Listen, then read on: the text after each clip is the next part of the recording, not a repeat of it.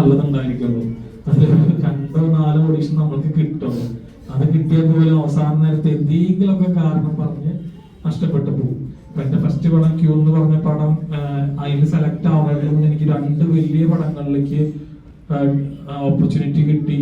അത് കൂടാതെ അതിന്റെ കോസ്റ്റ്യൂം ഞങ്ങളൊക്കെ എടുത്ത് ഡേറ്റും പറഞ്ഞ് 25 ദിവസം ഷൂട്ടിന് വരണം എന്നൊക്കെ പറഞ്ഞ് സെറ്റ് ചെയ്തെല്ലാം കഴിഞ്ഞ് തലേദിവസം പറയുന്ന ചെറിയൊരു ചേഞ്ച് ഉണ്ട്, ചെറിയൊരു ക്യാരക്ടർ ഉള്ളൂ, ഒരു ദിവസം ഷൂട്ടുള്ളൂ, വരാൻ പറ്റുമോ ചോദിച്ചു. അപ്പൊ അതാണ് സിനിമ എന്ന് പറയുന്നത്. നമുക്ക് ഞാൻ ആ സമയത്ത് ഒന്നും ഡള്ളാവാന്നല്ല ഞാൻ ചിന്തിച്ചത്. എന്റെ മനസ്സിൽ ചിന്തിച്ചെന്താന്ന് വെച്ച് കഴിഞ്ഞാൽ മുന്നോട്ട് പോകാനുള്ള യാത്രയില് നമുക്ക് ഇതുവരെ കിട്ടാത്തൊരു അവസരം, ഒരു വലിയ പടത്തിന്റെ ഭാഗമാവാൻ നമ്മൾ അവർ സെലക്ട് ചെയ്ത് കഴിഞ്ഞിട്ടുണ്ടാവും. അപ്പൊ നമുക്ക് തൊട്ടടുത്തുണ്ട് സിനിമ എന്ന് ചിന്തിച്ചിട്ടാണ് ഞാൻ മുന്നോട്ട് പോയത്.